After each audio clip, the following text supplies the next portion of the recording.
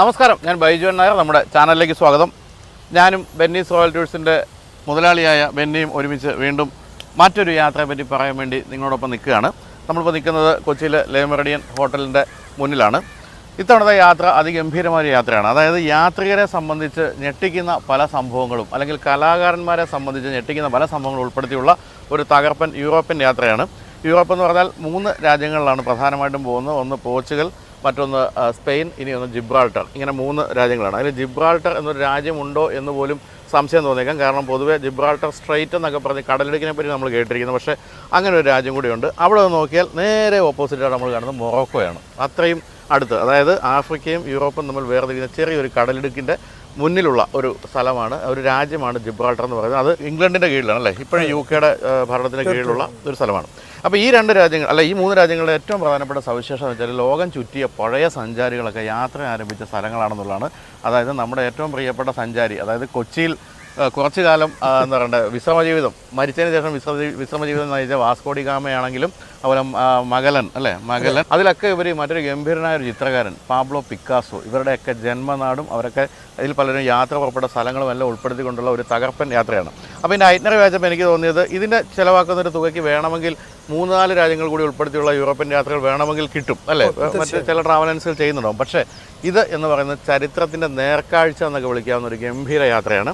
അതിനെപ്പറ്റി സംസാരിക്കാൻ വേണ്ടി നമുക്ക് അതുമാത്രമല്ല തെരഞ്ഞെടുത്ത സമയം കൂടിയാണ്. അതെ, തെരഞ്ഞെടുത്ത സമയം എന്ന് പറയുന്നത് ഒരു തകർപ്പൻ. അത് പറഞ്ഞില്ലല്ലോ. അതായത് ഈ അവിസ്മരണീയമായ 2 കാര്യങ്ങൾക്ക് സാക്ഷ്യം വഹിക്കുന്നുണ്ട് ഈ ഒരു യാത്ര. ഒന്ന് ബുൾ ഫൈറ്റ്, അതായത് കാളപ്പോര്, സ്പെയിനിലെ തകർപ്പൻ സ്ഥാനം. മറ്റൊന്ന് നമ്മൾ പല സിനിമകളിലൊക്കെ കണ്ട ഒരു സംഭവമാണ് ടൊമാറ്റോ ഫെസ്റ്റിവൽ. അതായത് ക്രഷ് ചെയ്ത ടൊമാറ്റോയ്ക്കകത്തുള്ളൊരു കുളി അല്ലേ, അതൊക്കെ വലിയൊരു തൃശ്ശൂർ പൂരം പോലെ അവിടുത്തെ ഒരു ഗംഭീരമായ സംഭവമാണ്. ഇത് രണ്ടും നമ്മൾ കാണുന്നുണ്ട് എന്ന് പറഞ്ഞാൽ അത്ര എളുപ്പമല്ല ഇത് രണ്ടും കാണാമെന്നുള്ളതാണ്. കാരണം വളരെ കുറച്ച് പേർക്ക് ലിമിറ്റഡ് സീറ്റുകളൊക്കെ അതിനൊക്കെ അവർ അനുവദിക്കാറുള്ളൂ. അത് നേരത്തെ ബുക്ക് ചെയ്ത് ബെന്നീസ് റോയൽ ടൂഴ്സ് കൈയടക്കി വെച്ചിട്ടുണ്ട് അല്ലേ. ഇത്രയുമാണ് എനിക്ക് ആമുഖമായിട്ട് പറയാനുള്ളത്. ബാക്കി ഇനി ബെന്നിയിലേക്ക്. എന്താണ് ബെന്നി ഇങ്ങനെ ഒരു ഐറ്ററി? അതായത് പൊതുവെ ഞാൻ ഈ പറഞ്ഞ പോലെ യൂറോപ്പ് എന്ന് പറയുമ്പോൾ കൂടുതൽ രാജ്യങ്ങളിലേക്ക് പോകാൻ വേണ്ടി കൂടുതൽ രാജ്യങ്ങൾ ഉൾപ്പെടുത്തിയുള്ള ഐറ്ററി ആയിരിക്കും. പക്ഷേ ഇത് അങ്ങനെയല്ല. എന്താണ് ഇതിൻ്റെ ഒരു ഒരുവിധം സാധാരണ യൂറോപ്യൻ യാത്രകൾ കണ്ടു കഴിഞ്ഞവർക്കുള്ള ഒരു സെക്കൻഡ് എഡിഷൻ ആണെന്ന് പറയാം. കാരണം ഇപ്പോൾ യൂറോപ്യൻ യാത്രകളൊക്കെ ഓരോ ഓട്ട പ്രദർശനം. പക്ഷേ യൂറോപ്പിന്റെ ചരിത്രത്തിലേക്ക് പോകുമ്പോൾ അതിൽ നമ്മൾ ഐബീരിയൻ പെനിൻസുല, നമ്മൾ ഈ പറഞ്ഞ ഈ സ്ഥലം ലോകത്തിന്റെ ഗതിയെ മാറ്റിമറിച്ച ഒരു പെനിൻസുല, ഐബീരിയൻ പെനിൻസുല. അവിടെ നിൽക്കുന്ന 2 പ്രബല രാജ്യങ്ങളാണ് ഇവരുടെ ലോകത്തിന്റെ ഗതി നിർണ്ണയിച്ചത്. ആ 2 രാജ്യങ്ങളിലൊന്നാണ് നമ്മുടെ സ്പെയിനും പോർച്ചുഗലും. അത് നാവികരും മാത്രമല്ല, അവിടുത്തെ രാജാക്കന്മാർ 13-ാം നൂറ്റാണ്ട് 13, 14, 15 നൂറ്റാണ്ടുകളിൽ അവിടുത്തെ രാജാക്കന്മാർ തൻ്റെ സമ്പത്ത് മുഴുവനും ഇതുപോലെ ലോകത്തുള്ള എക്സ്പെഡീഷൻ മറ്റേ വലിയ ആളുകൾ ഇവരെ എക്സ്പെഡീഷന് വേണ്ടിയിട്ട് അവിടെയുള്ള നാവികരെ ക്ഷണിച്ച് അവരിലൂടെ ലോകത്തിൻ്റെ വിവിധ ഭാഗങ്ങളിലേക്ക് എത്തിച്ചേരുക എന്നുള്ളതാണ്. അതിനെ അവരെ ആകർഷിച്ചത് നമ്മുടെ ഇന്ത്യയിലെ നമ്മുടെ ബ്ലാക്ക് ഗോൾഡ് ആയിരുന്നു. നമ്മൾ കുരുമുളക്, കറുത്ത പൊന്ന് എന്നറിയപ്പെടുന്ന ആ കുരുമുളകാണ് അവരെ ആദ്യമായിട്ട് ആകർഷിച്ചത്. കാരണം നാവികർക്ക് ഏറ്റവും ആവശ്യമായിട്ടുള്ള ഒരു സാധനമാണ് കുരുമുളക്. ഈ കുരുമുളക് പ്രിസർവേറ്റീവാണ്. ആ രാജാക്കന്മാരുടെ അന്ന് ഉണ്ടായിരുന്ന ആ സ്ഥലങ്ങൾ, ആ പ്രഗത്ഭരായ അവർ വളർത്തിയെടുത്ത നാവികരും അവരുടെ ആ ഒരു ഇതാണ് നമ്മൾ പ്രധാനമായിട്ട് ഇതിൽ കാണുന്നത്. അവരുടെ കൊട്ടാരങ്ങൾ, അവരെടുത്ത തീരുമാനങ്ങൾ, അവർ ഇന്ത്യയിൽ നിൽക്കി പുറപ്പെട്ട സ്ഥലങ്ങൾ, ആ സ്ഥലത്ത് അവരുണ്ടാക്കിയ മോണുമെന്റ്സ്, അവരുടെ എന്താ പറയുക ടോംബുകൾ, അതുപോലെ തന്നെ രാജകൊട്ടാരങ്ങൾ ഇന്ന് ഉൾപ്പെടുന്ന അതിഗംഭീരമായ ഒരു പ്രോഗ്രാമാണ്. സാധാരണ ഏത് യാത്രകളെ പോലെ തന്നെ ഈ സ്പെയിനിൻ്റെ എടുത്ത ഇതിലേക്കുള്ള യാത്ര മാത്രമല്ല, അതിൽ ഈ അന്നത്തെ എല്ലാ കൊട്ടാരങ്ങളും കാണുന്നതിനൊപ്പം തന്നെ അവരുടെ കലാരൂപങ്ങളും ഉൾപ്പെടെ സ്പെയിനേതായിട്ടുള്ള ഫ്ലെമിംഗോ ഡാൻസ്, പോർച്ചുഗലിൻ്റെ ഡാൻസ് പെർഫോമൻസ്, ഫാഡോ ഡാൻസ്, അവരുടെ ഫുഡ് എല്ലാം ഉൾപ്പെടെ ഉള്ള ഒരു അതിഗംഭീരമായിട്ടാണ് ഈ യാത്ര നമ്മൾ തിരഞ്ഞെടുത്തിരിക്കുന്നത്. ശരിക്കും സ്വല്പം വൈകി. കാരണം എന്ന് വെച്ചാൽ അവിടുത്തെ സംവിധാനങ്ങൾ ഒരുക്കാനായിട്ട് എടുത്തോളാം. എന്താ സംവിധാനം? സ്പെയിൻ കാണണമെങ്കിൽ എല്ലാവരും മനസ്സിലേക്ക് ഓടി വരുന്നതാണ് ടൊമാറ്റോ ഫെസ്റ്റിവൽ, അതുമാതിരി ബുൾ ഫൈറ്റ്. ഈ ടൊമാറ്റോ ഫെസ്റ്റിവലും ബുൾ ഫൈറ്റും കാണുക, അതിലേക്ക് സീറ്റ് ബുക്ക് ചെയ്യുക എന്ന് പറഞ്ഞാൽ വലിയൊരു ഹിമാലയം ടാസ്ക്കാണ് നമ്മൾക്ക് ചെയ്യേണ്ടിയിരുന്നത്. അതിപ്പോഴാണ് ആ ടാസ്ക് പൂർത്തിയായത്. കാരണം ഈ ഒരു വെറും 20,000-ഓളം ആളുകൾക്ക് മാത്രമേ അവിടെ പ്രവേശനമുള്ളൂ. അതിൽ പ്രവേശനമുള്ളൂ. ആ സാധനത്തിൽ അവരെ തന്നെ 10-20 കോടി ആളുകൾ തന്നെ ഈ സ്പെയിനിൽ മാത്രമുണ്ട്. ലോകത്തുള്ള ആളുകൾ വരുമ്പോഴോ ആ സീറ്റ് ഉറപ്പാക്കുക എന്നുള്ളൊരു ഒരു പങ്കെടുക്കുന്ന വ്യക്തികൾ നമ്മളും അതിൽ പങ്കാളിയാവണം. അല്ല അതിപ്പോ നമ്മൾ സാധാരണ ഇപ്പൊ തൃശ്ശൂർ പൂരമാണെങ്കിൽ നമുക്ക് ആർക്കും അടുത്തൊന്ന് കാണാമല്ലോ, ഇത് അങ്ങനെയല്ലേ? ഒന്നും കാണാൻ പറ്റില്ല. ഇതില് വെറും 20,000 ആളുകൾ. എന്താണ് ഇത്, അടച്ച സ്ഥലത്താണോ? അത് ഒരു സ്ട്രീറ്റിലാണ്. അത് അതിന്റെ ഒരു കുറച്ച് ചടങ്ങുകളുണ്ട്. ആ സ്ട്രീറ്റിലെ ആളുകൾക്ക് വസ്ത്രം കൊടുത്ത് നമുക്കൊരു വെള്ള പ്രത്യേക വസ്ത്രം തരും, തുപ്പി തരും. നമുക്ക് അതിൻ്റെ ആയാലും നമുക്ക് ആ ഫെസ്റ്റിവലിൽ പങ്കെടുക്കാന്നാണ്. അതിനുള്ള അവസരം മാത്രമേ ഉള്ളൂ. നമ്മൾ പൂരം കാണുന്ന ഒരു കാഴ്ചക്കാർക്കുള്ള അവസരമില്ല. അത് തന്നെയാണ് ഈ യാത്രയുടെ ഏറ്റവും വലിയ അമ്പയം. ഈ ചരിത്രമായിട്ടുള്ള ഇതൊപ്പം തന്നെ തെരഞ്ഞെടുത്ത സമയമാണ്. അതുപോലെ തന്നെ ബുൾ ഫൈറ്റ് ഇനി ഒരു 3 കൊല്ലം കൂടി ഉള്ളൂ. അതോട് കഴിഞ്ഞാൽ സ്പെയിനിൽ പൂർണ്ണമായിട്ട് ശരിക്കും പറഞ്ഞാൽ വളരെ പ്രാകൃതമായ ഒരു സംഭവമാണ് അല്ലേ, ആധുനിക ലോകത്തിന് പറ്റുന്ന നല്ലത്. അതായത് കാളകൾ വളരെ ശൂരന്മാരായ കാളകളെ ഒരു അടച്ച സ്ഥലത്തേക്ക് തുറന്നു വിട്ട് ഒരു എന്താ ബുൾ ഫൈറ്റർ എന്ന് പറയുന്ന ആൾ അതുമായിട്ട് പഴയ ജയനൊക്കെ ഇങ്ങനെ കൊമ്പി പിടിച്ച് കളിച്ചിട്ട് ആ സാധാരണ നമ്മൾ മൃഗങ്ങളെ വളർത്തുന്ന ഡൊമസ്റ്റിക് ഇതായിട്ട് വളർത്താം. ഇവരെ നമ്മൾ ഡൊമസ്റ്റിക് ആയിട്ടല്ല വളർത്താം. ഇതിനു വേണ്ടി തന്നെ ഇതിനെ തന്നെ മനുഷ്യരെ പോലും കാണാത്ത രീതിയിലാണ് ഇതിന്റെ ബ്രീഡിങ് മുതൽ അങ്ങനെയാണ് ഇതിനെ വളർത്തണത്. പ്രത്യേകിച്ച് ആ ഒരു വൈൽഡ് അനിമലിന്റെ ശൗര്യത്തോടു കൂടിയാണ് വളർത്തണം. അത് പ്രത്യേക ഒരു ബ്രീഡ് ഉണ്ട്. ആ ബ്രീഡിനെയാണ് ഇതിലേക്ക് കൊണ്ടുവരുന്നത്. ആ ബ്രീഡിനെ മനുഷ്യ കാണുമ്പോൾ തന്നെ അവൻ ചീറ്റി അവൻ തന്നെ എടുക്കുക. അങ്ങനെയുള്ള ഇതിനോട് മത്സരത്തും. കാരണം ഇത് അവരുടെ കൾച്ചറിന്റെ ഭാഗമാണ്. അപ്പൊ സ്പെയിനിന്റെ തനതായ കൾച്ചറും അതിന്റെ സംസ്കാരവും അവരുടെ ട്രഡീഷനും ഉൾപ്പെടുത്തിക്കൊണ്ടുള്ള ഒരു ഗംഭീര യാത്ര. പുറപ്പെടുന്ന ദിവസം നമ്മൾ ഡേറ്റ് നമ്മൾ നിശ്ചയിച്ചിരിക്കുന്നത് ഓഗസ്റ്റ് 19 ശരിക്കും വളരെ പീക്ക് സീസണാണ്. ഒരു വിധത്തിലും എയർലൈനും കിട്ടാനും ബുദ്ധിമുട്ടുള്ള സമയവും അതുപോലെ തന്നെ അവിടത്തെയും വളരെ പീക്ക് സീസണാണ്. നമ്മൾ ഖത്തർ എയർവേസിലാണ് പോകുന്നത്. കൊച്ചിയിൽ നിന്നാണ് നമ്മുടെ എയർലൈൻ സ്റ്റാർട്ട് ചെയ്യുന്നത്. അത് ഓൾറെഡി നമ്മുടെ ബുക്കിംഗ് ഒക്കെ സ്റ്റാർട്ട് ചെയ്തത്. നമുക്ക് ഈ ഒരു മാസത്തിനുള്ള അത് മാക്സിമം അത് തീർക്കണം. അത് തന്നെയാണ് അതിൻ്റെ ഒപ്പം തന്നെ പക്ഷേ ഇതിൻ്റെ ഒരുക്കങ്ങൾക്ക് വേണ്ടിയാണ് ഈ യാത്ര ഇത്രയ്ക്ക് വൈകിയെന്ന് പറയാം.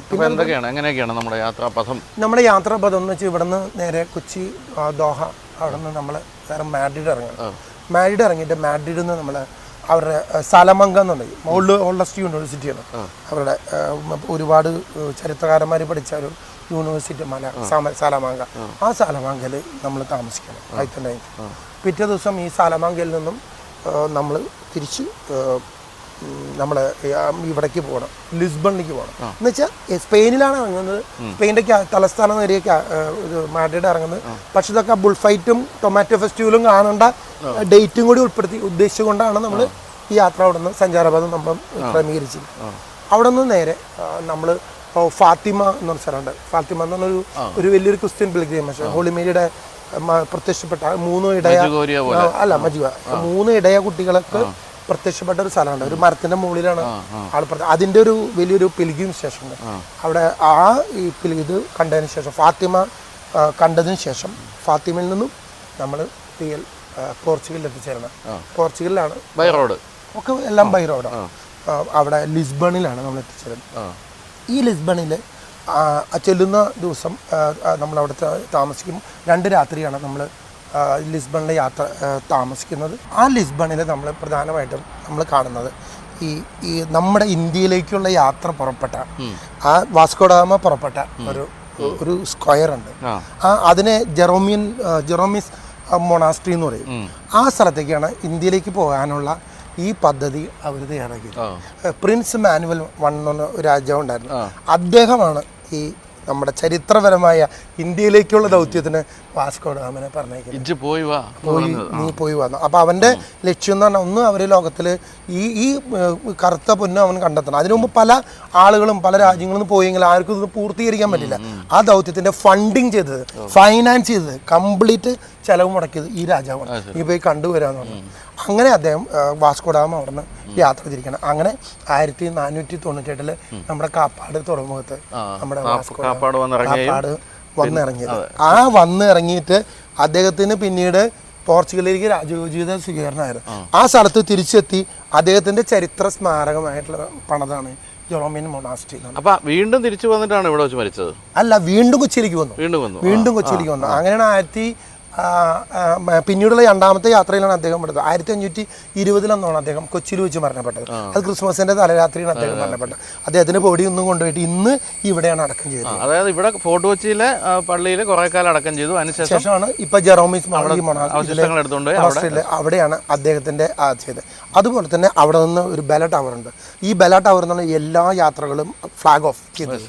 അതൊക്കെ ഇന്നും ഹിസ്റ്റോറിക്കൽ 13-ാം നൂറ്റാണ്ടിലെ 14-ാം നൂറ്റാണ്ടിലേക്ക് ഇന്ന് അതുപോലെ അവർ ചരിത്രമായിട്ട് അവർ സൂക്ഷിച്ചുകൊണ്ടിരിക്കുന്നു. പിന്നെ ഈ സ്പെയിൻ്റെ ഈ ലിസ്ബണിൻ്റെ മറ്റു കാഴ്ചകൾ, ലിസ്ബൺ എന്ന് പറഞ്ഞാൽ നമുക്കറിയാം ഒരു സ്ട്രാറ്റജിക് ഐലൻഡാണ്.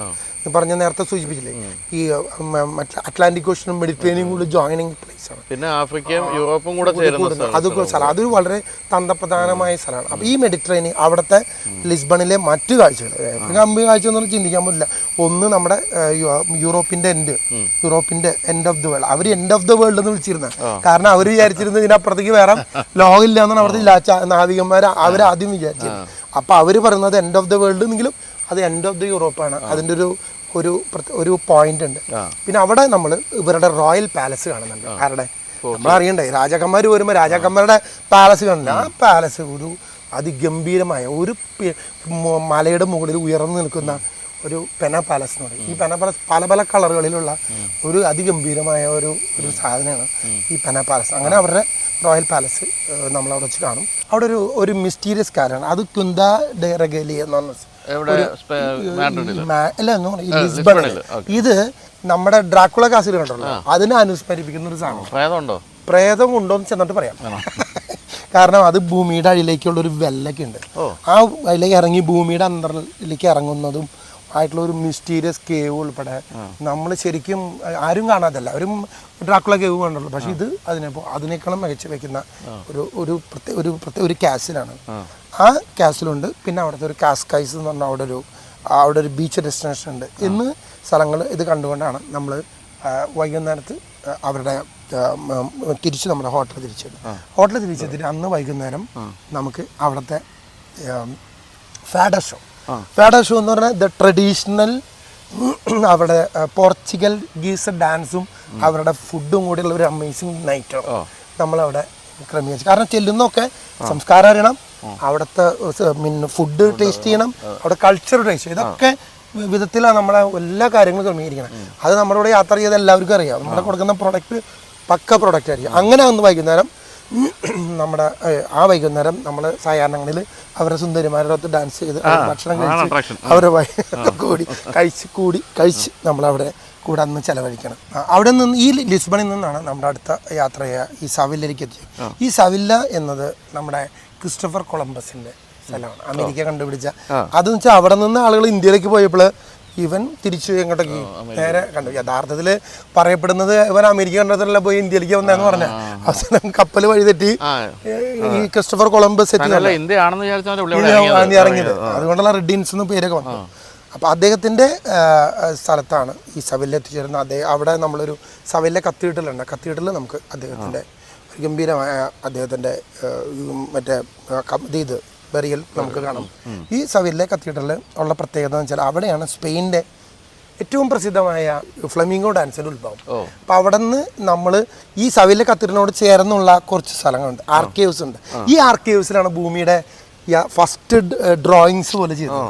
ആ ഡ്രോയിങ് അവിടെ വെച്ചാണ് ആ ഡ്രോയിങ് ഇന്ത്യയിലേക്ക് വരാനുള്ള പദ്ധതിയും എല്ലാ പദ്ധതിയും തയ്യാറാക്കിയത് ഇതിനോട് ചേർന്നുള്ള ഒരു ആർക്കൈവാണ്. അത് ഇന്നും ആർക്കൈവ് അവിടെ സൂക്ഷിച്ചിട്ടുണ്ട്. അവരുടെ മാപ്പ്, അവരെങ്ങനെ റൂട്ട് ഉണ്ടാക്കി, അവരെങ്ങനെ ഫണ്ട് ചെയ്തു, അവരെങ്ങനെ ഇവരെ ഒരുക്കി ട്രെയിൻ ചെയ്തു എന്നുള്ളൊരു അതിൻ്റെ ഒരു ഗംഭീര ആർക്കൈവ് അപ്പോൾ ഈ സ്ഥലം അടുത്ത നമ്മൾ ഈ ജെറോമി മൊണസ്ട്രി അതുപോലെ തന്നെ ഒരു സവല്ലയുടെ ഒരു സ്ഥലമാണ് നമ്മൾ ഈ പറഞ്ഞ ഈ സ്ഥലം. അത് ശേഷം അവിടുത്തെ ഈ കാഴ്ചകൾക്ക് ശേഷം അന്നത്തെ വൈകുന്നേരം അവർ സവല്ലെ ഇവിടുത്തെ ഒരു വെനീസ് ഉണ്ട് അവരുടെ വെച്ചാൽ നമ്മുടെ വെനീസ് ഐലൻഡ് പോലെ തോന്നുന്നൊരു ബ്യൂട്ടിഫുൾ ആയിട്ടുള്ള ഒരു പ്ലാസ ഉണ്ട്. അത് വെനീസ് പ്ലാസ എന്ന് വെച്ചാൽ വെനീസ് ഓഫ് സവല്ലെ എന്നാണ് അവർ പറയുന്നത്. അത് ശരിക്കും നമ്മുടെ വെനീസിൻ്റെ ഇറ്റലിയിലെ വെനീസിനെ അനുസ്മരിപ്പിക്കുന്ന വിധത്തിലുള്ള ബാക്ക് വാട്ടേഴ്സും അങ്ങനെയുള്ളൊരു അവിടെയാണ് ഈ ചെലുമ സ്ട്രീറ്റുകൾ മൊത്തം ഈ ഫ്ലമിംഗോ ഡാൻസും ഷോസ് ആയിരിക്കും. അതൊരു ഡിഫറെൻ്റ് ആയിട്ടുള്ള എക്സ്പീരിയൻസ്. അപ്പോൾ ഇതൊക്കെ അവരുടെ കൾച്ചറും അവരുടെ എല്ലാം ഉൾപ്പെടുത്താൻ വേണ്ടിയാണ് നമ്മളിതൊക്കെ ഉൾപ്പെടുത്തിയിരിക്കുന്നത്. അങ്ങനെ നമ്മൾ സെവില്ലയിൽ താമസിക്കണം. സെവില്ലയിൽ താമസിക്കുന്നതിന് ശേഷമാണ് നമ്മൾ ഈ ജിബ്രാൾട്ടറിലേക്ക് പോയിരുന്നത് കൊച്ചിയുടെ വലുപ്പം പോലും ഇല്ലാത്ത സ്ഥലമാണ്. 6.7 സ്ക്വയർ കിലോമീറ്റർ ഉള്ള ഈ സ്ഥലം. അത് ഇന്ന് ബ്രിട്ടൻ്റെ അധീനതയിലുള്ള ഈ സ്ഥലമാണ്. ഈ സ്ഥലം മാറ്റി പറഞ്ഞ മാതിരി അതിഗംഭീരമായ സ്ഥലമാണ്.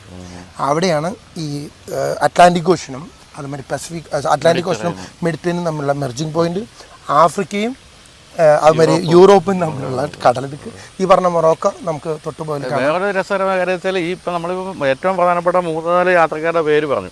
മറ്റൊരു ഭീകര യാത്രക്കാരൻ ഇതിൻ്റെ ഓപ്പോസിറ്റ് ഒരു 16 കിലോമീറ്റർ അപ്പുറത്ത് കിടന്നുറങ്ങുന്നുണ്ട്, ഇബ്നു ബത്തൂത്ത. അതന്നെ, അത് നമ്മൾ മൊറോക്കോയിലേക്ക് ലാൻഡ് ചെയ്യുമ്പോൾ ആദ്യം കാണുന്ന അദ്ദേഹത്തിൻ്റെ ശവകുടീരമാണ്. ഈ ജിബ്രാൾട്ടറിലെ ഏറ്റവും വലിയ അട്രാക്ഷൻ എന്ന് പറഞ്ഞാൽ ഇത് റോക്ക് ഓഫ് ജിബ്രാൾട്ടർ. അത് ഏകദേശം ഒരു 460 മീറ്റർ ഉയരത്തിലുള്ള ഈ റോക്കിൻ്റെ മുകളിലേക്ക് കേബിൾ കാറിൽ പോയിട്ട് അവിടെ ഒന്നുകൊണ്ട് ഈ പറഞ്ഞ മൊറോക്കയും ഈ പറഞ്ഞ കടലെടുക്കും ഒക്കെ സുന്ദരമായ, അതായത് ഒരു 360 ഡിഗ്രിയിൽ ആഫ്രിക്കയും അതന്നെ അതിൻ്റെ മുകളിലേക്കാണ്. അവിടെ തന്നെ യൂറോപ്പ പോയിന്റ് അവിടെ തന്നെ. ആ യൂറോപ്പ പോയിന്റിൽ വന്ന തൊട്ട് മുന്നിൽ നമുക്ക് മൊറോക്ക കാണാം. അത്ര അടുത്ത് ആണ് ഏറ്റവും ക്ലോസസ്റ്റ് പോയിന്റ് ആണ്. അങ്ങനെ ഉള്ള ഒരു സ്ഥലമാണ് ജിബ്രാൾട്ടർ. അങ്ങനെ ഈ ജിബ്രാൾട്ടറിൽ നിന്ന് കഴിഞ്ഞിട്ട് നമ്മൾ മർബല എന്ന സ്ഥലത്തേക്ക് ഈ അവിടെ നിന്നുള്ളൊരു കോസ്റ്റൽ റൂട്ടാണ് തുടങ്ങുന്നത്. 150 കിലോമീറ്റർ വരെയുള്ള ഈ കോസ്റ്റൽ റൂട്ടാണ് നമ്മുടെ ഇതിൻ്റെ ഓർമ്മകൾ, ഈസ്റ്റേൺ യൂറോപ്പിൻ്റെ ഓർമ്മകൾ സമ്മാനിക്കുന്ന ഈ ഡുബ്രോനിക്കും ഇഷ്ടമാരി ഇഷ്ടപ്പെട്ട സ്ഥലമുണ്ടല്ലോ, മോണ്ടിനീഗ്രൊക്കെ പോകുന്ന ക്രൊയേഷ്യ പോകുന്ന പോലെയുള്ള ഒരു അതിസുന്ദരമായ ആ റൂട്ട് നമ്മൾ എടുത്തിരിക്കുന്നത് ഈ കോസ്റ്റൽ ഇത് കിട്ടാൻ. ഏത് രാജ്യത്തത്? സ്പെയിൻ്റെ അവിടെ നിന്ന് ഈ ജിബ്രാൾട്ടറിലേക്ക് പോകുന്ന വഴിയാണ് ആ കോസ്റ്റൽ ബെൽറ്റാണ്. അത് അതിൻ്റെ സെനിക് റൂട്ടാണ്. അത് നമ്മളവിടെ പോയിട്ട് ഈ മർബലയിലാണ് നമ്മൾ താമസിക്കുന്നത്. മർബല എന്ന് പറഞ്ഞാൽ അവിടുത്തെ ഒരു ബീച്ച് സ്ഥലമാണ്. നമ്മൾ ഈ പറഞ്ഞ ഇവിടെ താമസിക്കുന്ന പോലെയുള്ള ഒരു അനുഭവം ഉണ്ടാവും. അങ്ങനെ ഡുബ്രോനിക്ക് അങ്ങനെ താമസിക്കുന്നില്ല. അവിടെയാണ് നമ്മൾ താമസിച്ചിട്ട് അവിടെ നിന്നാണ് നമ്മൾ ഈ തിരിച്ച് ഈ പറഞ്ഞ മലാഗിലേക്ക് വരുന്നത്. മലാഗ എന്ന് പറയുന്നത് നമ്മുടെ പാദ്രോ, നമ്മുടെ പിക്കാസോയുടെ ജന്മഭൂമി, അദ്ദേഹത്തിന്റെ വീട്, അദ്ദേഹത്തിന്റെ മ്യൂസിയം, അദ്ദേഹം വരച്ച പെയിന്റിങ്സ് എന്നുൾപ്പെടെ എല്ലാം നമുക്ക് അവിടെ കാണാം. അവിടെ അതിനൊപ്പം തന്നെ അവരുടെ സിറ്റി കൾച്ചറും ഈ ഗ്രാമങ്ങളുടെ പോലുള്ള ഒരു കൾച്ചറാണ് അവിടെയുള്ളത്. ശരിക്കും ഏത് രാജ്യങ്ങളുടെയും സൗന്ദര്യം വരണമെങ്കിൽ അവരുടെ ഗ്രാമങ്ങളിലേക്ക് പോകണം. അപ്പോൾ അവരുടെ കൾച്ചറും അവരുടെ ഫുഡും കൂടിയുള്ള നമ്മൾ അവിടെ നമ്മൾ ചിലവഴിക്കും. അതിനുശേഷമാണ് അവിടെ നമ്മൾ നേരെ കൊർദോവയിലേക്ക് വരണം. കൊർദോവ എന്ന് പറഞ്ഞാൽ ഒരു കുറച്ചുകൂടി സിവിലൈസ്ഡ് ഒരു മിഡീവൽ സിറ്റിയാണ്. പഴയകാലത്ത് റോമൻസും അമ്മരും കൂടെയുള്ള സിറ്റിയാണ്. അവിടെ എല്ലാ സംസ്കാരങ്ങളും ചേർന്ന് ഇസ്ലാം സംസ്കാരം ഉണ്ടായിരുന്നു. കാരണം സ്പെയിൻ കുറേ കാലഘട്ടം ഇസ്ലാം ഇവരുടെ ഓട്ടോമൻസിൻ്റെ കീഴിലായിരുന്നു. ആ കാലഘട്ടത്തിൽ അവിടുത്തെ മോസ്കുകളും അവിടുത്തെ പള്ളികളും ഒക്കെ ഈ കാലഘട്ടത്തിനെയും കൂടി സമന്വയിപ്പിക്കുന്നതാണ്. സ്പെയിനിലുള്ള ഒരുവിധം കത്തീഡ്രലുകളും അതിനോട് ചേർന്ന് മോസ്കുകളായിരുന്നു. കുറച്ചാളായും അത് കത്തീഡ്രലാക്കി, പിന്നെ മോസ്കാക്കി. നമ്മുടെ ഈ ടർക്കിയിൽ കാര്യം പറഞ്ഞ മാതിരി എൻ്റെ ഏറ്റവും രസകരമായിട്ടുള്ള കാര്യം നടക്കുന്നത് ഇവിടെയാണ്.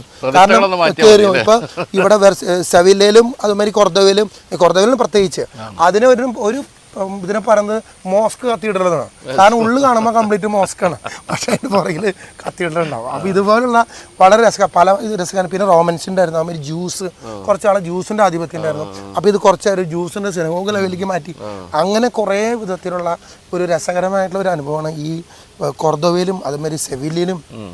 പിന്നെ സെവില്ലയിലെ പള്ളിയുടെ മുഖം എന്ന് പറഞ്ഞാൽ അവിടുത്തെ ഒരു മിനാറാണ്. അത് ഇന്നും അവർ അതങ്ങനെയാണ് മെയിൻറ്റെയിൻ ചെയ്തിരിക്കുന്നത്. ഈ കൊർദോവയിൽ നമ്മൾ താമസിച്ചു. കൊർദോവയിൽ നിന്നാണ് നമ്മൾ നേരെ നമ്മുടെ മാഡ്രിഡിലേക്ക് എത്തിയത്. നമ്മുടെ സംഭവങ്ങളിലേക്ക് വരാൻ പോകും.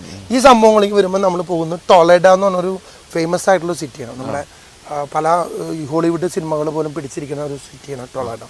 അവർ ഗംഭീരമായ അവിടുത്തെ ചർച്ചസും അവിടുത്തേതായിട്ടുള്ള സിറ്റിയും അവരുടെ റോഡുകളൊക്കെ ഉൾപ്പെടെയുള്ള ഒരു ടൊളേഡോ എന്ന് പറഞ്ഞൊരു നഗരമാണ്. എല്ലാവർക്കും അറിയാം. സ്പെയിൻകാർക്കും മാഡ്രിഡ് കഴിഞ്ഞാൽ അടുത്ത ഇഷ്ടപ്പെട്ട സ്ഥലം ഈ ടൊളേഡോ ആണ്. അങ്ങനെ ഈ ടൊളേഡോ നമ്മൾ കണ്ടിട്ടാണ് എവിടേക്കായിരുന്നു മാഡ്രിഡ് എത്തിച്ചേരുമ്പോൾ പിന്നീട് ഓൾറെഡി നമ്മൾ പോർച്ചുഗലിൻ്റെ സംസ്കാരവും കാര്യങ്ങളും പാലസും കാര്യം കഴിഞ്ഞ് ഈ മാഡ്രിഡിലാണ് നമ്മൾ 2 രാത്രി ചിലവഴിക്കുന്നത്. രണ്ടാമത്തെ ദിവസം മുഴുവനായിട്ട് മാഡ്രിഡിൽ പോകണം. അവിടെ നമ്മുടെ മാഡ്രിഡ് റോയൽ പാലസ്, പണ്ട് നമ്മൾ പെന പാലസ് എന്ന് പറഞ്ഞാൽ ഇവിടെ കണ്ടതുപോലെ ഇവിടെ മാഡ്രിഡ് റോയൽ പാലസിൻ്റെ ഉൾപ്പെടെ എല്ലാം കാണാനും ഉള്ളൊരവസരമുണ്ട്. അതിൻ്റെ ഒപ്പം തന്നെ അവിടെ നമ്മുടെ റിയൽ മാഡ്രിഡിൻ്റെ സ്റ്റേഡിയം, പിന്നെയാണ് നമ്മുടെ ഐക്കൺ അട്രാക്ഷനായ നമ്മുടെ ബുൾ ഫൈറ്റിലേക്കും ടൊമാറ്റോയിനോയിലേക്കും നമ്മൾ പോകുന്നത്. നമ്മൾ പറഞ്ഞ ബുൾ ഫൈറ്റ് കാണാനുള്ള അവസാനത്തെ അവസരമാണ്. ആരും ഇനി ഇതുപോലെ കാര്യങ്ങൾ ക്രമീകരിക്കുന്നു എനിക്ക് തോന്നുന്നില്ല. യഥാർത്ഥത്തിൽ നമുക്കും പോയി കാണണം. നാളെ ഇങ്ങനെ ഒരു സംഭവം ഉണ്ടായിരുന്നു. അതിൻ്റെ ഗംഭീരമായ ആ ഒരു കൊളോസിയം പോലുള്ള സാധനങ്ങളൊക്കെ ഉണ്ടല്ലോ, അത് ഇന്നും നമ്മൾ ഈ പറഞ്ഞ ഈ ഇവരുണ്ടല്ലോ ഗ്ലാഡിയേറ്റേഴ്സിൽ വരുന്ന ബുൾ ഫൈറ്റ് വരുന്ന ബുള്ള് ഇവിടെ നിന്നാണ് അവർ പണ്ട് റോമൻസ് കൊണ്ടുവരുന്നത്. അപ്പോൾ ഇവരുടെ സംസ്കാരത്തിനോട് അത്ര അഭേദ്യമായിട്ടുള്ള സാധനമാണ്. അപ്പോൾ നമ്മുടെ ഈ ഗ്ലാഡിയേറ്റർ സിനിമകളിൽ കണ്ടല്ലേ, അതൊക്കെ ഈ സംസ്കാരമാണ്. അതിൻ്റെ ബുള്ളെന്ന് വെച്ചാൽ അതിൻ്റെ വരവും ഗംഭീരമായിട്ടുള്ള അതിന് 3-4 ബുൾ റിങ്ങും അവരുടെ ആയിട്ടുള്ള ആളുകളും ആ ഫൈറ്റും കാര്യം കുറച്ചൊരു കാണുമ്പോൾ നമുക്ക് വിഷമം തോന്നുമെങ്കിലും അവരുടെ പ്രസൻറ്റേഷനും, കാരണം ഒരു വലിയൊരു പ്രൊസഷൻ ആദ്യം വരും. പ്രൊസഷനിലൂടെ നമ്മൾ ആ സിനിമ കാണേണ്ട ഒരു കൃത്യമായിട്ടല്ല, ഗ്ലാഡിയേറ്റർ പോലും അതൊക്കെ കൃത്യമായിട്ട് അരീന ഉൾപ്പെടെയുള്ള ആ ഗാലറിയിൽ ഇരുന്നുകൊണ്ട് നമ്മളത് മുഴുവനായിട്ട് അത് കാണാനുള്ള അവസരമാണ് നമുക്കുള്ളത്. ഈ ബുള്ളെന്ന് പറയുമ്പോൾ നമുക്കറിയാലോ ഏകദേശം ഒരു 700 കിലോ തൂക്കം വരെ ഉള്ള കൂറ്റൻ ബുള്ളുകളാണ്. അത് നമ്മൾ ഇതിന് വേണ്ടിയിട്ട് ട്രെയിൻ ചെയ്ത് നടക്കുന്നത്. അത് ബുള്ള് റെഡി ആകുമ്പോഴാണ് അതിൻ്റെ വിധത്തിൽ വരുന്നത്. അതിലെ വരുന്നതാണ് മെറ്റഡോർ. നമ്മുടെ ഇവിടുത്തെ മെറ്റഡോർ വണ്ടിയുണ്ടല്ലോ, ഈ മെറ്റഡോർ എന്നാണ് ഇവനെ കില്ലറിന് പേരുന്ന പേരാണ്. ആ പേരൊക്കെയാണ് നമ്മുടെ മെറ്റഡോർ വണ്ടി. ആ പേര് തന്നെ ആയിരിക്കും അല്ലേ? ആണ് മെറ്റഡോർ. ആ മെറ്റഡോർ എന്ന് പറഞ്ഞ കില്ലറാണ്. അദ്ദേഹം ഇങ്ങനെ തുണി, അത് അവൻ ഭയങ്കര ധീരനാണ്. ആ ചുവന്നാക്കിയിട്ട് അവൻ ചെയ്ത് അതിൻ്റെ പുറകിൽ അവന് വാളുണ്ടാവും. പിന്നെ ഇവർ ടീം ഉണ്ടാവും. അങ്ങനെ ഇതിനെ ചെയ്തുകൊണ്ട് ചെയ്ത് നടത്തുന്ന ഒരു സംഭവമാണ്. ആ സ്പെഷ്യൽ അതിന് സ്ഥലങ്ങളൊക്കെ ഉണ്ട്. അതിനിപ്പം തന്നെ ട്രെയിനിങ് സെൻ്റർ ഉണ്ട്. നമുക്കിത് എങ്ങനെയാണെന്നുള്ളത് നമുക്ക് കാണാം. അങ്ങനെയൊക്കെ കുറേ കാര്യങ്ങളൊക്കെ അതിൽ നമുക്ക് കാണാം. യഥാർത്ഥത്തിൽ ആ ബുൾ ഫൈറ്റിൻ്റെ സമൂലമായ കാഴ്ചകളാണ് നമ്മൾ ഇത് ചെയ്യുന്നത്. അതിനുശേഷം നമ്മൾ നേരെ വലൻസിയയിലെത്താണ്. വലൻസിയയിലെത്തുന്നതാണ് നമ്മുടെ യാത്രയുടെ രോമാഞ്ചം കൊള്ളിക്കുന്ന നമ്മുടെ ടൊമാറ്റീനോ. തക്കാളി നമ്മൾ കൊണ്ടുപോകണോ? തക്കാളി കൊണ്ടുപോകണം. അതൊക്കെ അവിടെ അത്യാവശ്യം കിട്ടും. ഈ ടൊമാറ്റീനോ ഫെസ്റ്റിവൽ പല വിധത്തിലും നമ്മൾ വീഡിയോയിൽ കണ്ടിട്ടുണ്ട്. പക്ഷെ അവിടെ ഇവർ ഉദ്യോഗമായിട്ട് കാര്യം ചെയ്തു. ഈ ഒരു പ്ലാസ സ്ക്വയർ ഉണ്ട്. ഈ സ്ക്വയറിലേക്കുള്ള ആളുകൾക്ക് മാത്രമേ അങ്ങോട്ട് പ്രവേശനമുള്ളൂ. അത് ബ്രൂണോൾ എന്ന് പറഞ്ഞ സ്ഥലമാണ്. അത് വലൻസിയയിൽ നിന്ന് ഏകദേശം ഒരു 30 കിലോമീറ്ററോളം ദൂരമുള്ള സ്ഥലമാണ് ഈ ബ്രൂണോൾ എന്ന് പറഞ്ഞാൽ. ഈ ബ്രൂണോയിലേക്ക് അത് പോകുക എന്നുള്ളതാണ്. ഈ പോകുന്നത് എങ്ങനെയാണെന്ന് വെച്ചാൽ അവർ വന്ന് നമ്മളൊരു ടാഗ് ചെയ്ത് പോകും. നമ്മുടെ ഡ്രസ്സ് മാറ്റി വയ്ക്കുക, വെള്ള ഡ്രസ്സ് നമ്മൾ ഇടണം. പിന്നെ നമ്മൾ അത്യാവശ്യം ഈ സ്വിമ്മിങ് കണ്ണാട ഇടണം. ആ ചടങ്ങിൽ നമ്മൾ പങ്കുകൊള്ളണം, കാഴ്ചയല്ല. അതിൽ തുടക്കം കൊണ്ട് വെച്ചാൽ അത് ഇങ്ങനെ ഒരു വലിയൊരു പില്ലർ പോലെ സാധനം. പില്ലറിൻ്റെ മുകളിൽ ഒരു മീറ്റ് എന്ന് വെച്ചാൽ നമ്മുടെ പിഗിൻ്റെ ഒരു മീറ്റ് വയ്ക്കും. ഈ മീറ്റിന് വേണ്ടി ഇവർ തല്ലി പിടിച്ച് ഇങ്ങനെ പിടിച്ച് കയറി ആ മീറ്റ് എടുത്തു കഴിഞ്ഞാൽ ഇതിൻ്റെ അപ്പോൾ നമ്മളത് ചുറ്റും ഇങ്ങനെ സ്ക്വയറിൽ നിൽക്കും. ഡ്രസ്സൊക്കെ ഇട്ട് റെഡിയായി. അപ്പോൾ പ്രത്യേക വെള്ള ഡ്രസ്സൊക്കെ ഞങ്ങൾ തരും. എല്ലാ ഡ്രസ്സും ഞങ്ങൾ തരും. കാരണം അങ്ങനെയൊക്കെ പോകാൻ പറ്റുള്ളൂ. അങ്ങനെ അത് മുകളിലേക്ക് അവരും. അപ്പോൾ നമ്മൾ കഴിവ് നമ്മുടെ കുറേ സിനിമകൾ നമ്മുടെ ഇന്ത്യയിൽ തന്നെ കുറേ കളിച്ചിട്ടുണ്ട്. അത് ഇങ്ങനെ ആവേശം കൊണ്ട് ഇവൻ ചെയ്ത്, കാരണം ഇവൻ ഈ സാധനം പറിച്ചാലേ ഇത് തുടങ്ങുള്ളൂ. അത് ഫസ്റ്റ് തുടങ്ങണമെങ്കിൽ ഈ ചടങ്ങ് ഈ പില്ലറിൽ ഇവർ കയറി ഈ മീറ്റ് എടുക്കണം. അപ്പം എല്ലാവരും ആവേശത്തോടെ എടുക്കും. കാരണം ഏകദേശം ഒരു 10 മണിക്ക് 9 നമ്മളവിടെ എത്തും. ഈ 10 മണിക്കൂടി ഇവർ ശ്രമിച്ചു തുടങ്ങും. 11 മണിക്കുള്ളിൽ ഇവർ എന്ത് ചെയ്യണം, ഈ മുകളിൽ അത് കയറി അവൻ ഈ സാധനം എടുക്കും. സാധനം എടുത്ത് അപ്പം തന്നെ ആരവം വരും. അപ്പം തന്നെ ഒരു വാട്ടർ ഫൗണ്ടൻ വരും. തുടങ്ങിക്കോളാൻ പറയും. പിന്നെ ഇവിടെ നടക്കുന്ന സംഭവം, ടൺ കണക്കിന് തക്കാളികൾ ട്രക്കിൽ വന്ന് അവിടെ ചൊരിയണം. മോളിൽ നിന്നും കിഴിപ്പോട്ടും ഈ സ്ട്രീറ്റും മൊത്തം അങ്ങോട്ട് ചൊരിയണം. നമ്മൾ അതിൻ്റെ ഉള്ള ചളി പിളി, അതിൻ്റെ ഉള്ള ഡാൻസ്, എറിയൽ. പക്ഷെ എറിയുമ്പോൾ വേറെ എന്തുണ്ട്, ചൊമാറ്റോ ക്രഷ് ചെയ്തിട്ട് എറിയാം. കാരണം നമ്മൾ ശരിക്കും നനഞ്ഞ കുളിക്കാത്ത തക്കാളി ജ്യൂസും കാര്യങ്ങളൊക്കെ അവിടുത്തെ ഫുഡും അവിടുത്തെ ഒക്കെയും കോംപ്ലിമെൻ്ററി ആണ്. അങ്ങനെ അവർ സെറ്റ് ചെയ്തിരിക്കണേ. അപ്പം അത് നമ്മൾ എൻ്റർ ചെയ്ത പിന്നെ നമ്മളവിടെ രാജാക്കന്മാരാണ്. നമുക്ക് അവിടെ എല്ലാം കിട്ടും. അങ്ങനെ അവരോട് ഡാൻസ് ചെയ്തും നമ്മൾ ആ ഒരു ഫെസ്റ്റിവലിൽ പങ്കെടുക്കുക. നമ്മൾ പണ്ട് വിക്ടോറിയ ഫോൾസിൽ വെള്ളച്ചാട്ടത്തിൽ തരിച്ചൊരു സംഭവം ഉണ്ടല്ലോ, അതിനെ അനുസ്മരിപ്പിക്കുന്ന വിധത്തിലുള്ള ഒരു സാധനമാണ്. ടൺ കണക്കിന് അത് മോളിൽ നിന്ന് വരും, കിഴപ്പോട്ടും വരും. ഏകദേശം 200ഓളം ടണ്ണ് തക്കാളിയാണ്.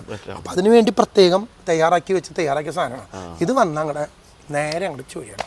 പിന്നെ അവിടെ ഡാൻസായി അവരുടെ ഫെസ്റ്റിവലായി. അങ്ങനെ അത് 1 മണിക്കൂറുള്ളൂ കേട്ടോ. കഴിയുമ്പോൾ നമ്മളവിടെ ഒരു ഷവറുണ്ട്. നമ്മൾ ഗംഭീരമായിട്ട് കുളിയൊക്കെ പാസ്സാക്കി അവർ തന്നെ വന്ന് അത് മൊത്തം ക്ലീൻ ചെയ്ത് നമ്മളെ കൊണ്ടുപോയി നല്ലൊരു ചാപ്പാട് തന്ന പിന്നെ അവരുടെ ട്രഡീഷണൽ മ്യൂസിക്കും കൺസേർട്ടും ഫെസ്റ്റിവൽസാണ്. വെള്ള ഡ്രസ്സ് പിന്നെ അത് കഴിയുമ്പോൾ തന്നെ എവിടെ കൊണ്ടുപോയി അതൊക്കെ നമുക്ക് കിട്ടുന്ന നമ്മുടെ ഓർമ്മയ്ക്ക് കിട്ടുന്ന സോനിയാണ്. പിന്നെ നമുക്ക് ഈ മുതൽ കൊണ്ടുവരാൻ പറ്റില്ല, കാരണം അതുപോലെ ഈ അടുക്ക് ഇത് ചെയ്തിട്ടുണ്ടാവും. അപ്പോൾ ഈ സാധനം കഴിഞ്ഞ് പിന്നെ അവരുടെ ഫെസ്റ്റിവൽസ്, അവരുടെ ഫുഡ്, അങ്ങനെ ഒരു ദിവസം നീണ്ടു നിൽക്കുന്ന ബ്രൂണോ അതിനെ സമ്മതിക്കണം. ആ സിറ്റിയുടെ അതിനു വേണ്ടി ചുരുക്കം ആളുകളെ ഇതിൽ ഇത്രയധികം ജലം തള്ളി കയറുന്ന ലെവലിൽ ടിക്കറ്റ് കിട്ടാൻ കഴിച്ച കഷ്ടപ്പാട്. കാരണം നമുക്ക് എൻട്രി കിട്ടണമെങ്കിൽ ഇതില്ലാണ്ട് എല്ലാവരും വിചാരം എന്ന് വെച്ചാൽ നമ്മൾ തൃശ്ശൂർ പൂരം പോലെ കാണാൻ പറ്റുന്നൊക്കെയാണ് എല്ലാവരും വിചാരിക്കണം. പക്ഷെ യഥാർത്ഥത്തിൽ ഇതിലേക്ക് പഠിച്ചു കഴിഞ്ഞപ്പോഴാണ് നമുക്ക് ഇതിൻ്റെ പ്രായോഗികമായിട്ട് വന്നത്. അങ്ങനെ അത് കണ്ടു കഴിഞ്ഞിട്ട് നേരെ നമ്മൾ വലൻസിയ ഹോട്ടലിൽ വരണം. അവിടെ ഹോട്ടലിൽ ഭക്ഷണം കഴിക്കണം. നമ്മുടെ എല്ലാ പ്രത്യേക യാത്രകളെന്ന് വെച്ചാൽ ഒരുവിധം എല്ലാ യാത്രകളുടെയും 6-7 മണിക്ക് മുമ്പ് ഹോട്ടലിലെത്തും.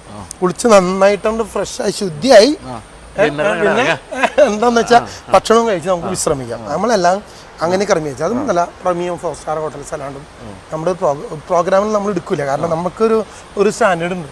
അതും വരുന്നവരും ജീവിതത്തിൽ ഒരു ബ്രേക്ക് ആഗ്രഹിച്ചു വരുന്ന വ്യക്തികളാണ്. അതെ, അതാണ് നമ്മൾ ചെയ്യണത്. അങ്ങനെ ഒരു വലൻസിയയിൽ നമ്മൾ ചെല്ലണം. വലൻസിയ എന്ന് പറഞ്ഞാൽ മറ്റൊരു വലിയ സിറ്റിയാണ് ഈ വലൻസിയ. വലൻസിയയിൽ നമുക്ക് ഒരു ദിവസം നമ്മൾ ചിലവഴിക്കുന്നത്. പിറ്റേ ദിവസം വലൻസിയയിൽ നിന്നും നമ്മൾ ബാഴ്സലോണയിലേക്ക് പോകണം. ബാഴ്സലോണയിലെ മെഡിറ്ററേനിയൻ സീയുടെ സുന്ദരമുള്ള അതിൽ കുറേ ഭാഗം നമ്മുടെ വലൻസിയയായിട്ട് ബന്ധപ്പെട്ട സ്ഥലമുണ്ട്. അതും ഈ പറഞ്ഞ മെഡിറ്ററേനിയൻ്റെ ഒരു സിറ്റിയാണ് ഈ വലൻസിയ. അവിടെ ഒരു ബ്യൂട്ടിഫുൾ ആയിട്ടുള്ള അക്വേറിയം ഉണ്ട്. ഈ അക്വേറിയത്തിൽ സിമ്പിൾ അക്വേറിയാണ്, അതിനുള്ള തിമിംഗലത്തിനെ കാണാം. അപ്പോൾ ആ തിമിംഗലത്തിനെ സൂക്ഷിച്ച് വെച്ച അക്വേറിയം നമ്മുടെ മനസ്സിൽ ചിന്തിക്കാമല്ലോ. അത് ഒരു പ്രത്യേക ടണലിലേക്ക് പോയിട്ട് ആ ടണലിൽ തിമിംഗലത്തിനെ സ്റ്റോർ ചെയ്തിരിക്കുന്ന ഭൂമിയിലെ എനിക്ക് തോന്നുന്നത് വേറൊരു അക്വേറിയം തരാൻ കാണാൻ പറ്റും. അത് ആണ് നമുക്ക് ഈ ഇവിടെ വലൻസിയ കണ്ടതിന് ശേഷം നമ്മൾ അതിഗംഭീരമായ നമ്മൾ ബാഴ്സലോണ നിൽക്കണം. അവിടെ നമ്മുടെ യാത്ര സമാപിക്കാം. ആ ഈ ബാഴ്സലോണ നമുക്കറിയാം ഒക്കെ പ്രസിദ്ധമായ സാഗ്രഡ ബസിലിക്ക. ഏകദേശം 1888 പണി തുടങ്ങിയ ആ ബസിലിക്ക ഇന്നും പണി തീർന്നിട്ടില്ല. അതും കാഴ്ചയും ഇത്ര ശില്പ ചാതുര്യമുള്ള ഒരു വളരെ സുന്ദരമായ സാഗ്രഡ ബസിലിക്കയും കാഴ്ചകൾക്ക് ശേഷം നമ്മൾ ഈ പറഞ്ഞ മെഡിറ്ററേനിയൻ്റെ തീരത്തുള്ള ബാഴ്സലോണയിൽ നമ്മൾ താമസിക്കണം. പിറ്റേ ദിവസം ബാഴ്സലോണയിൽ നിന്നും തിരിച്ച് അവിടുത്തെ സിറ്റി കാഴ്ചകൾ, അവിടുത്തെ ഉള്ള ഒരു റോക്ക് മൗണ്ടൻ ഉണ്ട്, റോക്ക് കേബിൾ കാറ്, അങ്ങനെ പടെയുള്ള ഒരു യാത്രയോടുകൂടി ബാഴ്സലോണയിൽ ഒരു ഫ്ലെമിംഗോ ഡിന്നറും നമ്മളവിടെ flamenco dinner means flamenco dance ഡിന്നറും കൂടി നമ്മൾ ക്രമീകരിച്ചു. അങ്ങനെ 13 ദിവസത്തെ യാത്രയാണ് നമ്മൾ ഇവിടെ ഇതിന് ക്രമീകരിച്ചിരിക്കുന്നത്. അതോടുകൂടി ഈ പറഞ്ഞ വൃത്തിയായിട്ട് വെടുപ്പോടുകൂടി കണ്ടുപോകുന്ന വിധത്തിലാണ് ഈ ഭാഗം ജിബ്രാൾട്ടർ ഉൾപ്പെടെ നമ്മൾ കവർ ചെയ്തിരിക്കുന്നത്. അതൊക്കെയാണ് നമ്മുടെ യാത്രയുടെ. അപ്പം ഇനി ആദ്യം പറഞ്ഞാൽ വളരെ ശരി. ഇപ്പം ഞാൻ ആദ്യമായിട്ട് യൂറോപ്പിൽ പോയപ്പോൾ ഇതുപോലെ തന്നെ ഒരു ഗ്രൂപ്പ് ടൂറിലാണ് പോയത്, കോസ്മോസിൻ്റെ. അന്ന് 16 ദിവസം 12 രാജ്യം കിണിങ് ഓരോ രാജ്യത്തൊക്കെ പോയി നമുക്ക് മനസ്സിലാകുന്ന പോലില്ല. ഒരു രാജ്യം അതെ പോയി എന്ന് പറയാം 12 രാജ്യങ്ങൾ സന്ദർശിച്ചു എന്ന് പറയാന്നല്ലാതെ അതിനുശേഷം പിന്നെ നമ്മൾ പോകുമ്പോൾ ഇതുപോലെയായിരുന്നു. 2-3 രാജ്യങ്ങൾ മാത്രമായിട്ട് സെലക്ട് ചെയ്ത് പോകുന്നു, അത് ഫുൾ കാണുന്നു. ഇപ്പോൾ ബെന്നി പറഞ്ഞ വളരെ ശരിയാണ്. ഒരിക്കൽ യൂറോപ്പിൽ പോയിട്ടുള്ളവർക്ക് തീർച്ചയായിട്ടും ഈ സാധനം വീണ്ടും വളരെ കൃത്യമായി കാണാൻ സാധിക്കും. തന്നെയല്ല ഇതിനകത്ത് കുറേ ഹിസ്റ്ററി വരുന്നുണ്ട്. അങ്ങനെ അത്തരത്തിലുള്ള ഹിസ്റ്ററിയൊക്കെ താല്പര്യമുള്ളവർക്ക് ഒരു ഭയങ്കര സംഭവമായിരിക്കും ഈ യാത്ര എന്നുള്ള സംശയമില്ല. അതോടൊപ്പം തന്നെ അന്യം നിന്ന് പോയിക്കൊണ്ടിരിക്കുന്ന ബുൾ ഫൈറ്റ്, അതുപോലെ ടൊമാറ്റോ ഫെസ്റ്റിവൽ ഇത്രയും കുഴപ്പം പിടിച്ച സാധനമാണ് ഞാൻ ഇപ്പോൾ മനസ്സിലായത്. അത് ബെന്നി കുറേ ദിവസമായിട്ട് നമ്മൾ ഈ വീഡിയോ ഷൂട്ട് നീട്ടിക്കൊണ്ടിരുന്നത് തന്നെ അതിൻ്റെ ടിക്കറ്റ് ബുക്കായി എന്നുള്ളതൊന്ന് കൃത്യമായി കൺഫേം ചെയ്യാൻ വേണ്ടിയായിരുന്നു. അതിൽ അതും കിട്ടിയിട്ടുണ്ട്. അങ്ങനെ വളരെ വെറൈറ്റി യാത്രയായിരിക്കും ഈ സംഭവം. അപ്പോൾ ഈ സമയത്ത് കാലാവസ്ഥ എന്താണ്? അവർക്ക് സമ്മറിൻ്റെ എന്താണ് ഓട്ടം ആരംഭിക്കുകയാണ്. അപ്പോൾ നമുക്ക് ചൂടുമല്ല തണുപ്പല്ലാത്ത സുഖകരമായിട്ടുള്ള കാരണം. പിന്നെ യാത്രയുടെ ഏറ്റവും വലിയ ഭാഗ്യം നമ്മളോടൊത്ത് യാത്ര ചെയ്യാനുള്ളത്. അതിൻ്റെ എല്ലാ കാര്യങ്ങളും മനസ്സിലാക്കി വൃത്തിയായിട്ട് വെടുപ്പായിട്ട് കണ്ടു. നമുക്ക് സ്പെയിനിലുള്ളയാൾക്ക് പോലും ഇതുപോലെ പറഞ്ഞു തരാൻ പറ്റില്ല കേട്ടല്ലോ. ഈ പേരുകളൊക്കെ ഓർത്തിരുന്നുകൊണ്ട് അത് സംഭവമാണ് ബെന്നി ആ കാര്യത്തിൽ. അല്ല അത് നമ്മളോടുള്ള ആഗ്രഹം.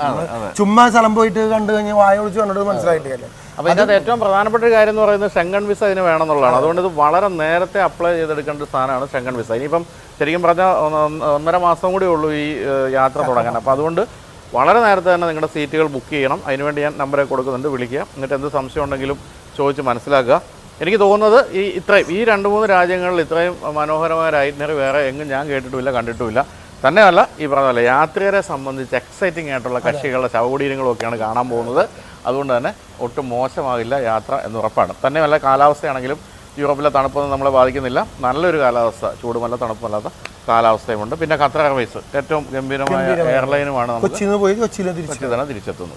അപ്പോൾ ഇത്രയൊക്കെയാണ്. വേറെ എന്താണ് നമുക്ക് പറയാനുള്ളത്? പിന്നെ വേറൊരു കാര്യമുള്ളത്, നിങ്ങൾക്ക് ടിക്കറ്റ് ബുക്കിങ്ങിനായിട്ടും ഇനി ബെന്നിയെ സമീപിക്കാവുന്നതാണ്. അയാട്ട എന്ന് പറയുന്ന ഗംഭീരമായ, അതായത് ഇൻ്റർനാഷണൽ എയർ ട്രാൻസ്പോർട്ട് അസോസിയേഷൻ അല്ലേ, അസോസിയേഷൻ അംഗീകാരം കിട്ടുക എന്ന് പറയുന്നത് ചെറിയ കാര്യമല്ല. അത് ബെന്നിക്ക് കിട്ടിയിട്ടുണ്ട്. അതുകൊണ്ട് നിങ്ങൾക്ക് വളരെ ചുരുങ്ങിയ ചിലവിൽ ഇനി മുതൽ ടിക്കറ്റ് എടുക്കണമെങ്കിലും നിങ്ങൾ ടൂറൊന്നും അല്ലെങ്കിൽ പോലും ടിക്കറ്റ് എടുക്കണമെങ്കിലും ബെന്നീസ് റോയൽ ടൂർസിനെ സമീപിക്കാം. ബെന്നീസ് ട്രാവൽസ് എന്ന് പറഞ്ഞിട്ട് ബെന്നി ഒരു സ്പെഷ്യൽ ഡിവിഷൻ ഇതുവരെ ബെന്നീസ് റോയൽ ടൂർസ് എന്ന പേരിലാണ് നമ്മൾ അറിയപ്പെട്ടത്. ഇപ്പൊ ബെന്നീസ് ടൂർസ്, ബെന്നീസ് ട്രാവൽസ് എന്നീ ഡിവിഷനാണ്. അപ്പോൾ അതുകൊണ്ട് മറ്റൊരു ഗുണമുള്ളത് ഇത്തരത്തിലുള്ള ഈ ടൂറുകൾക്ക്, ഗ്രൂപ്പ് ടൂറുകൾക്ക് പോലും ബെന്നിക്ക് കുറച്ചുകൂടി ലാഭകരമായിട്ട് ടിക്കറ്റ് കിട്ടുന്നുള്ളതുകൊണ്ട് ചെറിയ അഡ്ജസ്റ്റ്മെന്റുകളൊക്കെ ചെയ്യാൻ പറ്റും. നല്ല അട്രാക്റ്റീവ് റേറ്റിലും കിട്ടാൻ പറ്റും.